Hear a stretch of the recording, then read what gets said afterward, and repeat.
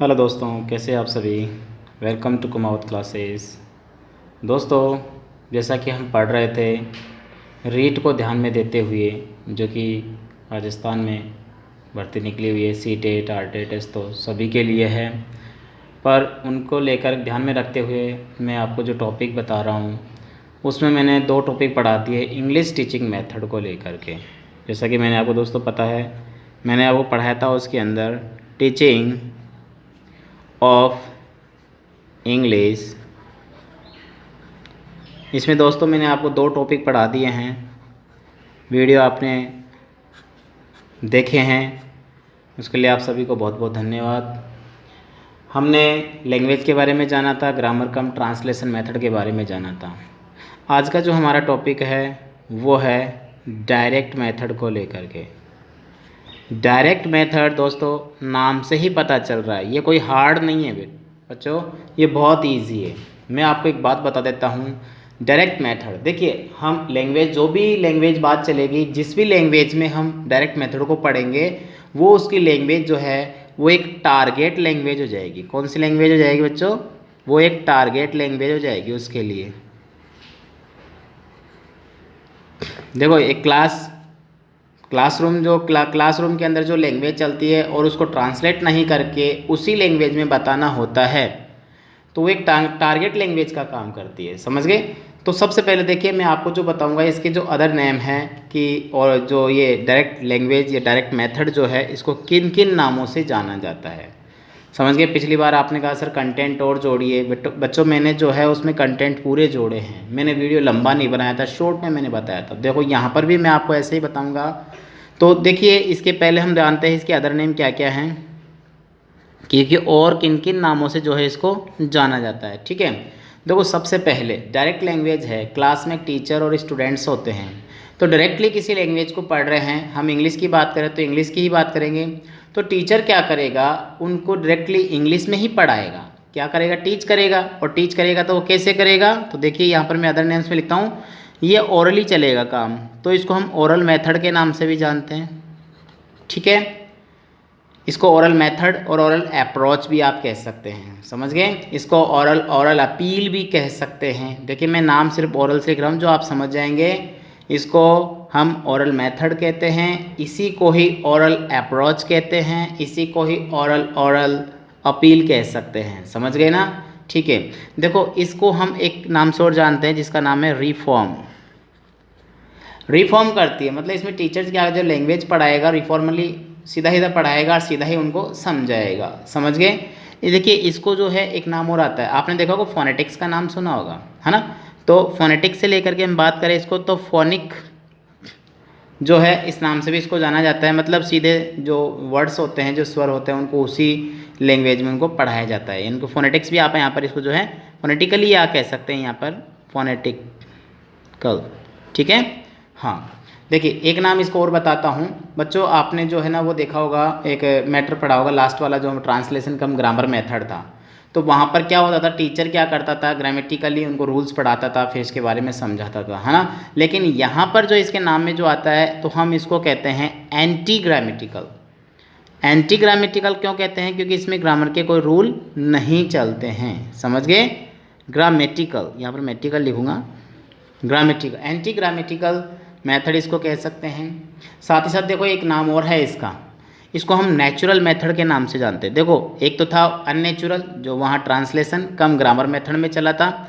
ये जो है दोस्तों, इसको हम नेचुरल मेथड के नाम से, क्योंकि सीक्वेंस को फॉलो करता है LSRW को। स्पेशली मैं आपको बताऊंगा कि LSRW में स्पेशल किसको ये जो प्रेशराइज करेगा उसके बारे में बताऊंगा। एक नाम जो है जो एग्जाम में आ सकता है इस बार आपके, मोस्ट इम्पोर्टेंट है, इसको बर्लिड्स मेथड के नाम से भी जानते हैं। BERLI, Berlitz, TZ, Berlitz method. तो दोस्तों ये तो जो है इसके नाम, ये इसके अदर नेम थे कि हम डायरेक्ट मेथड को किस नाम से जानते हैं। क्वेश्चन आ सकता है, which of the following is known as direct method. तो कोई भी जो है नाम इनके आ सकते हैं, तो ये सारे नाम जो हैं मैंने आपको बता दिए हैं। दोस्तों एक बात देखो, मैं आपको बता देता हूँ, इसके अंदर क्या होता है, ये जो मेथड है स्पेशली देखो, वैसे किसी का नाम नहीं है, जो प्रोफाउंड है इसके, मैंने पहले भी कई बार मैंने आपको बताए हैं कि मैं प्रोफाउंड ज़रूर बताता हूँ। प्रोपाउंड। तो जो इसके अंदर आते हो, एक तो बर्लिट्ज का नाम आता है जिस नाम से उसको दिया गया है, बर्लिट्ज। एक नाम आप ध्यान रखिएगा, देखिए माइकल वेस्ट, देखो कई जगह पर इनका नाम नहीं आता है, लेकिन जो ये माइकल वेस्ट है ये ध्यान रखिएगा, इन्होंने क्या किया था, खुद का एक मेथड भी आएगा इनका अलग से, इन्होंने क्या किया था, इस मेथड को एडवोकेट किया था। क्या किया था? एडवोकेटेड, यानी कि बाय माइकल वेस्ट। समझ गए होंगे।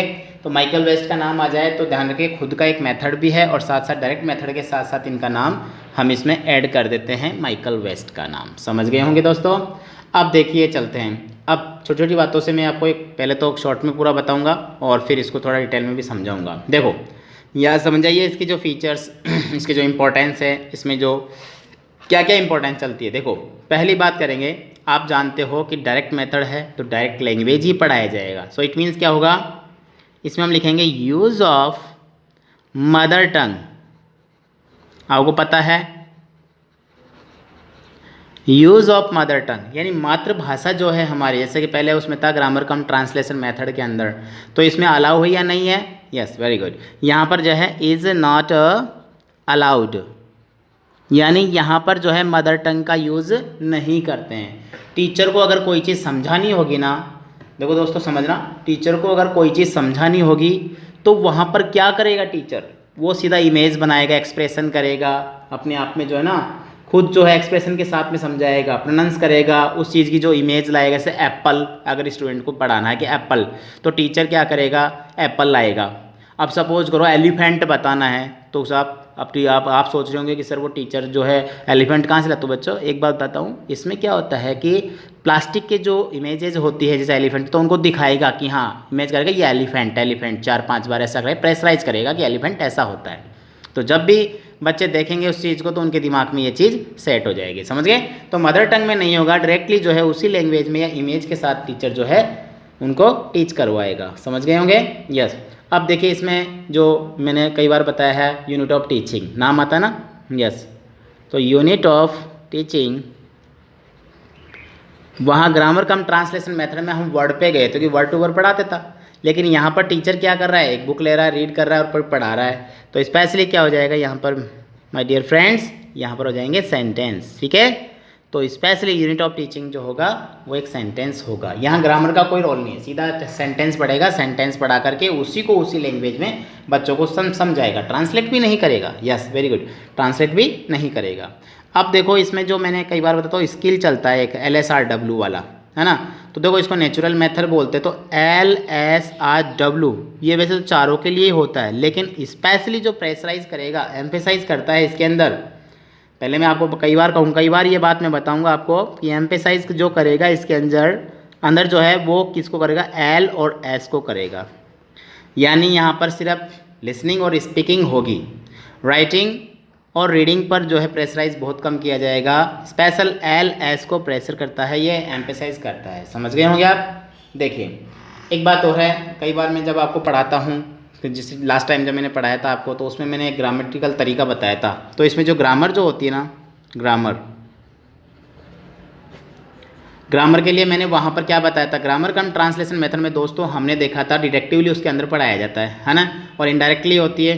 अब यहाँ पर जो होता है ना, ये एक तो डायरेक्टली होती है, यहाँ पर ऐसा कुछ नहीं चलेगा कि अलग से टीचर जो है आपको बताएगा। एक तो हो गया डायरेक्टली, और साथ साथ जो है इसके अंदर ध्यान दीजिएगा इंडक्टिवली उसको पढ़ाया जाता है। एक तो डिडक्टिवली होता है, एक इंडक्टिवली, यानी आपने देखा होगा आगमनात्मक और निगमनात्मक। जी हाँ दोस्तों, डिडक्टिवली का मतलब होता है निगमनात्मक, और इसमें जो चलता है वो है इंडक्टिवली।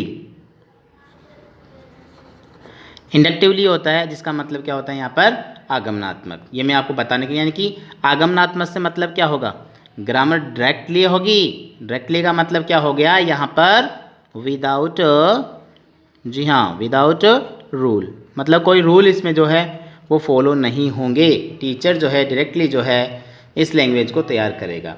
अब बात आती है कि सर इसका मैक्सिम क्या होगा।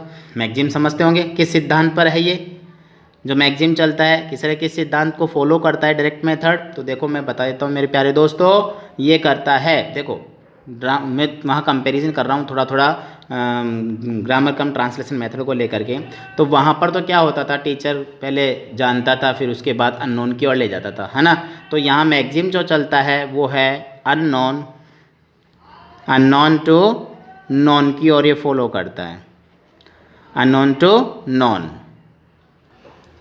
यानी कि जब टीचर टीच करा रहा होता है, पढ़ा रहा होता है, तो उसको एक पता नहीं चलता है, स्पेशली कोई एम नहीं है, उसने स्टार्टिंग रीडिंग शुरू की, बुक उठाई और बच्चों को कुछ नहीं पता होता है, फिर बच्चे धीरे धीरे जब से रीड कर जाएंगे तो अननोन से नॉन की ओर आते चले जाएंगे। तो समझ गए होंगे। तो ये किसको फॉलो करता है, अननोन टू नॉन को फॉलो करता है, जिसको हम कह सकते हैं यहाँ पर एक बात और आ सकती है। देखो ये जो आपने देखा होगा सिंपल टू कॉम्प्लेक्स, है ना। तो सिंपल टू कॉम्प्लेक्स इसके अंदर ऐसा होता है, सिंपल टू कॉम्प्लेक्स। अब देखो बात आती है कि सर सिंपल टू कॉम्प्लेक्स ही ऐसा क्यों है। सिंपल टू कॉम्प्लेक्स एक बार मैं लिख लेता हूँ फिर आपको बताता हूँ। सिंपल टू कॉम्प्लेक्स जब टीचर को पढ़ाया, जब टीचर स्टार्ट करता है रीडिंग करना तो बच्चों को आसान लगता है कि हाँ हाँ ठीक है, लेकिन धीरे धीरे चलते कॉम्प्लेक्सिटी आ जाती है उसके अंदर, यानी कि बहुत कुछ सीखने को फिर बच्चों को सीखना ही पड़ता है, समझ गए। तो ये सिंपल टू कॉम्प्लेक्स।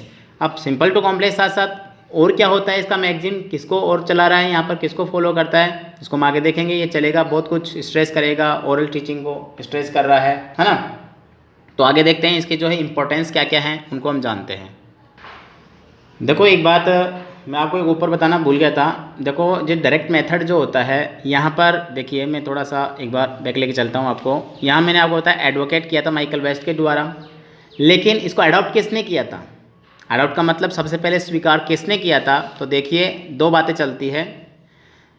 पहले एडॉप्टेड, यानी कि मैं यहाँ पर लेता हूँ अडॉप्टेड बाय, देखो दो कंट्रीज़ हैं, एक तो है फ्रांस यानी फ्रांस, है ना, और एक है जर्मनी। याद रखिएगा दोस्तों, फ्रांस पहले नाम आएगा, अगर फ्रांस है तो दोनों आते, तो फ्रांस और जर्मनी इसको क्या कर लिया था, इसको अडॉप्ट किया था। क्योंकि फ्रांस के अंदर जो था आपने देखा होगा, इसका फ्रांस में ही हुआ था, 19 ओरिजिनेट हुआ था इसका, मतलब सबसे पहले जो शुरुआत हुई थी वो 1901 के अंदर हुई थी। एक बाकी एक ब्रांच थी, इसका नाम था IPA। आपने नाम सुना होगा, कई बार एग्जाम में इसका नाम भी आता है। इसका फुल फॉर्म क्या होता है तो बताता हूँ आपको। I का मतलब होता है इंटरनेशनल, P का मतलब होता है फोनेटिक, और A का मतलब होता है एसोसिएशन। ठीक है, लिखूँ, ओके लिख देता हूँ, इंटरनेशनल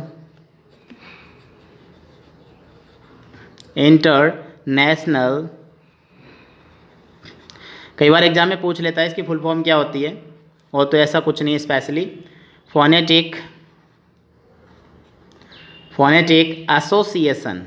एसोसिएशन मतलब वहाँ की एक ये संस्था है जिसके द्वारा इसको ओरिजिनेट किया गया था। वहाँ पर स्टार्टिंग जब हुई थी उसकी फ्रांस के अंदर 1901 के अंदर। ठीक है, तो ये रह गई थी, इसलिए मैंने आपको बता दिया है। अब जानते हैं इसकी इंपॉर्टेंस, इसके कैरेक्टरिस्टिक्स, इसके मेरिट और डिमेरिट के बारे में। देखो आगे देखते हैं। तो देखो दोस्तों, सबसे पहले हम जानते हैं इसके प्रिंसिपल के बारे में। मतलब इसके जो प्रिंसिपल है, इसकी सिद्धांत, मैंने मैगजीन बताया था ना, वो known to unknown, unknown to known, वैसे ही क्या होता है, कुछ इजी और तरीका है इसका। देखिए प्रिंसिपल देखते हैं इसके प्रिंसिपल्स, सिद्धांत जो है वो कौन से होते हैं। देखो आपको ध्यान रखना, एग्जाम में कई बार आता है which of the following principle related to direct method, तो ऐसा हो जाता है। तो देखिए यहाँ पर जो है मैं बता रहा हूँ आपको, इसमें क्या होता है बच्चों, यूज़ ऑफ वन लैंग्वेज। आप सभी जानते हैं use of one language. Use of one language से क्या मतलब होता है, जिस सब्जेक्ट को पढ़ा रहा है टीचर, जो लैंग्वेज है वो उसी लैंग्वेज में उसका ट्रांसलेट करेगा, मतलब दूसरे लैंग्वेज इसमें नहीं चलेगी। जैसा कि मैंने आपको क्या बताया था यहाँ पर, वो कौन सी लैंग्वेज हो जाती है, वेरी गुड, वो हो जाती है टारगेट लैंग्वेज, इसमें हो जाती है। तो टारगेट लैंग्वेज को फॉलो उसमें करना पड़ता है, समझ गए। नेक्स्ट देखते हैं, इसमें क्या होता है, यूज़ ऑफ लिमिटेड वोकेबुलरी। यानी टीचर जब पढ़ाता है तो वोकेबलरी उनके पास क्या होती है, बहुत लिमिटेड, बहुत वोकेबलरी बहुत कम यूज़ होती है। यानी सीधा सेंटेंस पढ़ाते हैं, और सेंटेंस से क्या होता है, उस वोकेबलरी का मालूम चल जाता है कि इसका रियल में मीनिंग क्या होगा। स्पेशली जैसे कई मीनिंग्स होते हैं, उनका कई बहुत सारे अर्थ निकलते हैं, तो टीचर उसमें ट्रांसलेशन नहीं करेगा, लेकिन सेंटेंस से मालूम चल जाएगा कि रियल में उसका ट्रांसलेशन क्या होगा। समझ गए, ओके आगे चलते हैं। देखिए इसमें जैसा कि मैंने बताया था, स्पेशली जो स्ट्रेस किस पे दिया जाता है, stress on oral work, very good, stress on oral work, यानी टीचर का काम है सिर्फ बोलते रहना, ओरल करेगा और स्पेशली किस पे एम्फेसाइज करेगा, तो यहाँ पर मैं आपको बता देता हूँ, एम्फेसाइज जिसको करेगा ऑन करेक्ट प्रोनाउंसिएशन,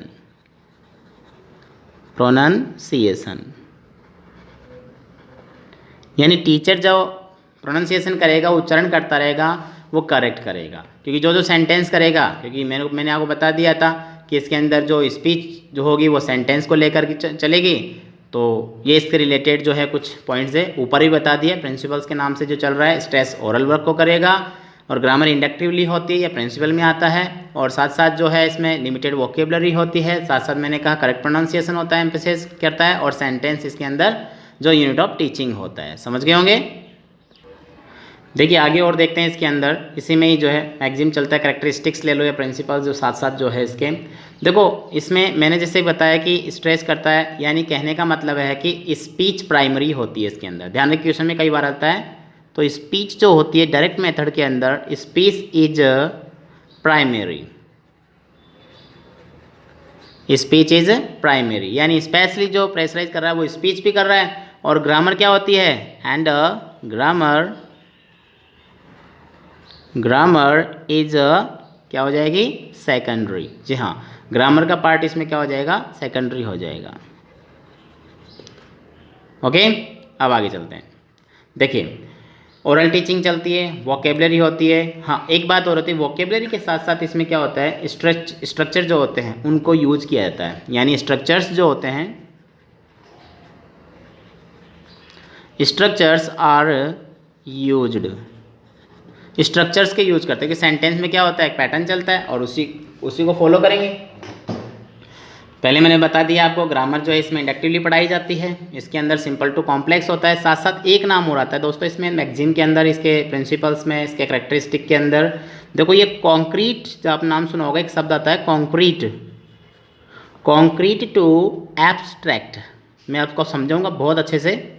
एब्स्ट्रैक्ट मतलब कॉन्क्रीट टू एब्स्ट्रैक्ट जो होता है, कॉन्क्रीट आप जानते हो क्या होता है, ये एक मूर्त रूप होता है और मूर्त से अमूर्त की ओर जाता है। एब्स्ट्रैक्ट क्या होता है, आपने नाउन में देखा होगा, एब्स्ट्रैक्ट नाउन भी आता है एक भावनाओं जिससे रिलेटेड।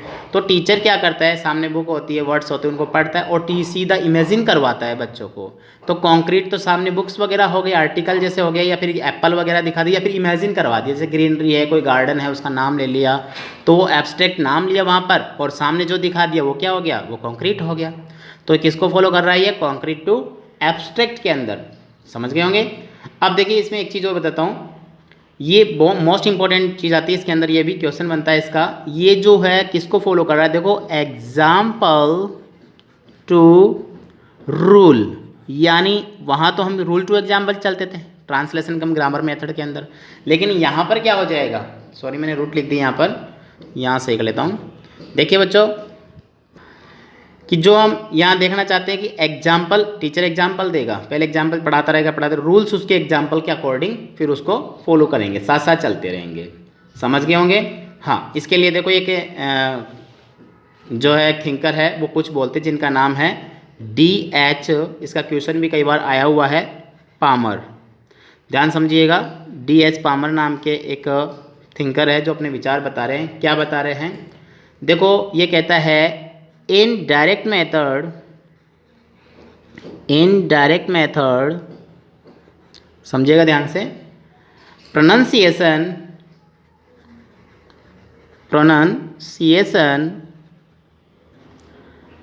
इज टॉट, ध्यान से समझिएगा, वो भी किस तरह से, सिस्टमेटिकली। कैसा, SYS सिस्टमेटिकल, सिस्टम से बन गया सिस्टमेटिकल, आ गया। ओके समझ में आ रहा है, ये लीजिए। तो D.H. पामर ने कहा था कि डायरेक्ट मेथड में जो प्रोनाउंसिएशन होते हैं, जिनको प्रोनाउंसिएशन को जो इज टॉट सिस्टमेटिकली, यानी प्रोनाउंसिएशन जो पढ़ाए जाते हैं वो सिस्टम से पढ़ाया जाता है। ऐसा नहीं है कि कुछ ग्रामर नहीं पढ़ाया तो कैसे बच्चे समझ पाएंगे, तो इसके अंदर क्या होता है, ऐसा सिस्टम बनाया जाता है कि पहले एग्जाम्पल देके फिर उसको रूल की ओर लेके जाते हैं। तो रूल की ओर लेके जाते हैं तो बच्चों को मालूम चल जाता है कि इसमें रियल में क्या दे रखा है। समझ में आ गया? आगे देखते हैं। तो देखो अगला जो पॉइंट है इसके अंदर, इसके फीचर्स के अंदर, इसके करेक्टरिस्टिक्स में कि क्या होता है, जो कॉन्सेप्ट्स होते हैं। देखो मैं आपको बताता हूँ यहाँ पर कॉन्सेप्ट्स जो होते हैं वो कैसे क्लियर किए जाते हैं। मैंने पहले ही बता दी इमेज दिखा करके। तो यहाँ पर एक लाइन भी लिखवा देता हूँ कि concepts are taught by means of क्या होते हैं, ऑब्जेक्ट। मैंने जैसे बताया था वो इमेज बना के दिखा देते हैं। तो कुछ ऑब्जेक्ट्स होते हैं, जैसे मैंने एप्पल का बताया, एलिफेंट का बताया। तो इसमें क्या होता है, लिंक चल गया, okay. Concepts are taught by means of objects. तो ऑब्जेक्ट सामने रखे जाते हैं और बच्चों को समझाए जाते हैं, और बच्चे उसी लैंग्वेज में इमेज को तैयार करके वो लैंग्वेज तैयार कर लेते हैं। क्यों? क्योंकि ट्रांसलेशन इसमें होता नहीं है। मैंने बताया ट्रांसलेशन नॉट अलाउड, क्योंकि ट्रांसलेशन अदर लैंग्वेज में नहीं होता है, लेकिन उसी लैंग्वेज में जो टारगेट लैंग्वेज होती है उसी लैंग्वेज के अंदर जो है इसमें क्लियर होता है। बच्चों बहुत अच्छा टॉपिक है। अगर आपने ये डायरेक्ट मेथड पढ़ लिया, समझ लीजिए बाकी के मेथड बहुत ईजी रहेंगे। समझ गए? तो ठीक है, आगे देखते हैं। एक बहुत इंपॉर्टेंट बात और है इसके अंदर, बहुत अच्छी बात दोस्तों। देखो ग्रामर जो होती है ना, इसके अंदर आपने देखा होगा ग्रामर दो तरह की होती है। समझ गए? तो ग्रामर इसके अंदर जो चलती है, मैं यहाँ पर बताऊँ, एम्फेसाइज ऑन फंक्शनल ग्रामर। मैं आपको एक बात बताता हूँ इसके अंदर, ये फंक्शन ग्रामर का क्या मैटर है, MAR। ठीक है, देखो एक तो जो होती है वो होती है थ्योरेटिकल ग्रामर,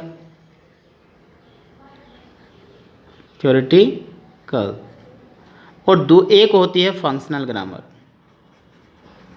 जैसा कि अब थ्योरेटिकल ग्रामर किस में यूज होगी, फंक्शनल ग्रामर मैंने बता दिया डायरेक्ट मेथड के अंदर चलती है। बहुत अच्छे से बताऊंगा, आप समझिएगा। थ्योरेटिकल ग्रामर में क्या होते हैं दोस्तों, इसमें ओनली रूल्स होते हैं। क्या होते हैं? रूल्स आते हैं, बस रूल्स पढ़ा दिया और फिर जो है आगे समझा दिया। अब इसके अंदर इसमें ओनली रूल्स ही बताया था। थ्योरेटिकल आपने देखा होगा बुक्स में साथ में एग्जाम्पल आते हैं, लेकिन मेन रूल्स होते हैं। और फंक्शनल ग्रामर में क्या होता है, इसमें जो रूल्स होते हैं ना, उन रूल्स को यूज़ करना सिखाया जाता है। समझ गए होंगे? तो आपको पता है, आपको सर इसमें ग्रामर तो आती नहीं। बच्चों देखो ग्रामर आती है, लेकिन सेंटेंस के साथ में जो है जब वो सामने आती है तो उसको, मैंने बताया ना सिंपल टू कॉम्प्लेक्स चल रहा है, और वहाँ पर जो है एग्जाम्पल पहले आ गया और उसके बाद में उसका रूल चलता है, तो उसके अकॉर्डिंग इसमें ग्रामर चलती है। समझ गए होंगे? ठीक है, आगे चलें। तो देखिए हमने देख लिया कि इसके अंदर कॉन्सेप्ट जो आता है वो ऑब्जेक्ट के द्वारा बताए जाते हैं। हमने देख लिया, बहुत सारी बातें देख ली। अब देखिए दोस्तों, इसके अंदर दो चार बातें और जानते हैं, लेकिन उससे पहले मैं आपको मेरिट और डिमेरिट बताऊं, इससे पहले एक बात और बता देता हूं दोस्तों। जैसा कि मैंने कहा था, इसके अंदर ऑब्जेक्ट्स यूज होते हैं। तो जो ऑब्जेक्ट्स होते हैं उनमें क्या होता है, एक तो पहली बात जैसे मॉडल्स आ गया आपके सामने, कई बार ऐसा आ जाता है सामने, जैसे मॉडल आ गया उसके अंदर। साथ साथ जो है यहाँ पर जो रियल ऑब्जेक्ट्स होते हैं, क्या होते हैं, रियल ऑब्जेक्ट्स, मतलब जो चीज़ पढ़ाई जा रही है उससे रिलेटेड वैसा ही ऑब्जेक्ट सामने होता है। या फिर जैसे मान लो उसका पिक्चर हो गया, कहीं ना कहीं पिक्चर्स उसके शो कर दिए जाते हैं, चार्ट जो आते हैं वो सामने आ जाते हैं। समझ गए? और कई बार ये चीज़ें नहीं होती है तो एब्स्ट्रैक्ट, जैसे मैंने बताया, तो टीचर क्या करता है, कई जो स्माइल बताए, स्माइल, तो स्माइल को कैसे बताएगा टीचर, स्माइल, लाफ होता है, लाफ, तो टीचर जो है अपने एक्सप्रेशन करेगा और उसको समझा देगा। समझा है? स्माइल करके दिखा देगा टीचर जो है। तो दोस्तों ये बातें जो है हमारी उससे रिलेटेड है, जिसमें हम आगे देखेंगे चल करके क्या चीज़, इसके मेरिट और डिमेरिट को देखते हैं आगे। तो देखो सबसे पहले देखते हैं इसके मेरिट क्या क्या हैं। आप सभी जान गए होंगे कि मेरिट MER है, ठीक है। मेरिट जो होते हैं इसमें गुण क्या क्या है और अवगुण क्या क्या है। पहली बात आ जाती है इसके अंदर, ये क्या होता है, एक नेचुरल सीक्वेंस है, नेचुरल सीक्वेंस।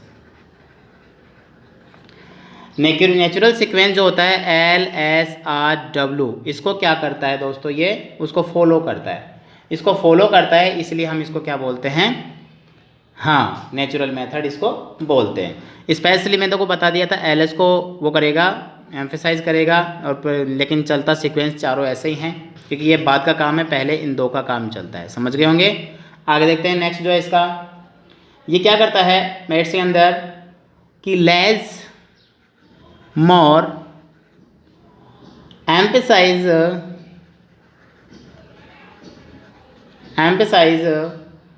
ऑन ओरल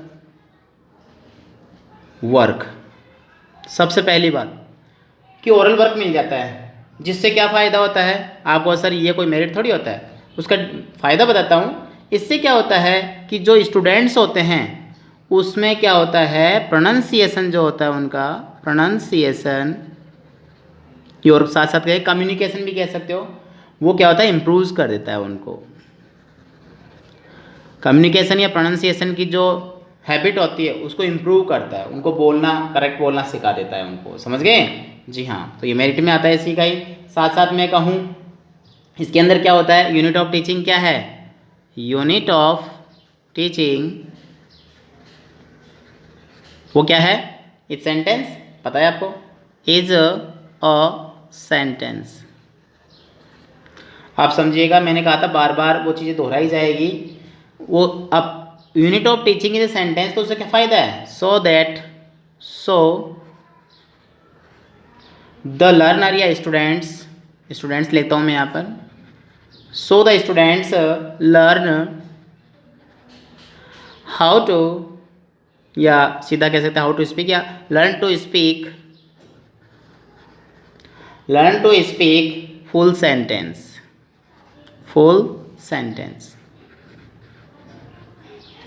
समझ गए। तो यूनिट ऑफ टीचिंग सेंटेंस है, तो उसका प्रॉफिट क्या है, तो प्रॉफिट क्या है कि स्टूडेंट जो है उसको पूरा बोलना सीख जाता है। समझ गया, हो गया। आगे देखिए, आगे देखते हैं नेक्स्ट इसके जो मेरिट में आता है वो है कि वेरी गुड। मैं आपको अच्छे से समझाऊंगा ये चीज़ भी। Very good for teaching vocabulary, very good for teaching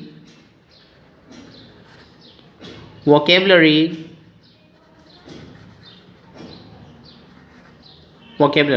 ARY, ठीक है। क्यों, क्योंकि इसमें टीचर क्या करता है, जो वर्ड्स होते हैं ना उनको ध्यान समझिएगा, वर्ड्स उनको यूज अच्छे से करता है। साथ साथ क्या करता है, ईडियम जो होता है, नाम सुना होगा, ईडियम जो होते हैं उनको भी जो है वो यूज करता है, तो उससे वोकेबलरी तैयार हो जाती है। इससे क्या होता है, बच्चों की फ्लुएंसी जो होती है, फ्लुएंसी वो क्या होता है, डेवलप हो जाती है उनमें। फ्लुएंसी डेवलप का काम करती है, बच्चे जो फ्रेंकली जो है इंग्लिश बोलना अच्छे से सीख जाते हैं। समझ गए होंगे। तो यहाँ मेरिट्स हम पढ़ रहे हैं। आगे देखते हैं और क्या होता है इसके अंदर, इसके मेरिट में और क्या लेके चले, ऐसा क्या होता है। तो मैंने बता दिया ओरल वर्क होता है, साथ साथ करेक्ट प्रोनाउंसिएशन, वो क्या होता है, correct pronunciation,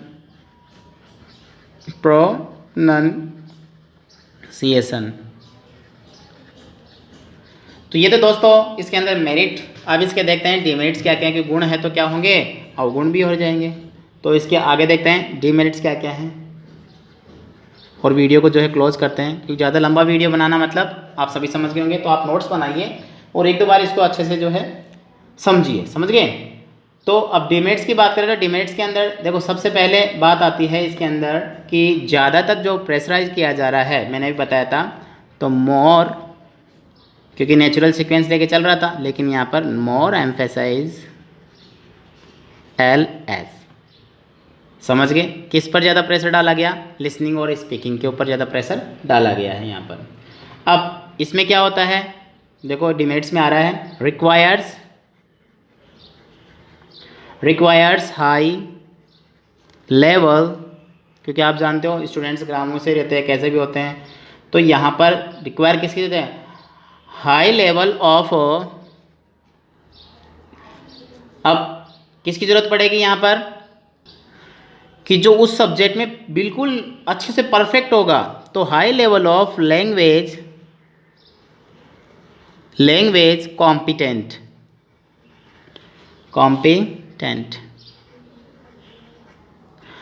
high level of मैंने बताया यहाँ पर requires high level of language competent, यानी कॉम्पिटेंट मतलब था अनुभवी, यानी लैंग्वेज का जो है बहुत अनुभवी जो होगा वही यहाँ पर पढ़ाएगा, तो जरूरी नहीं कि ऐसा मिल पाए, तो ये भी क्या है इसका एक डिमेरिट हो जाता है।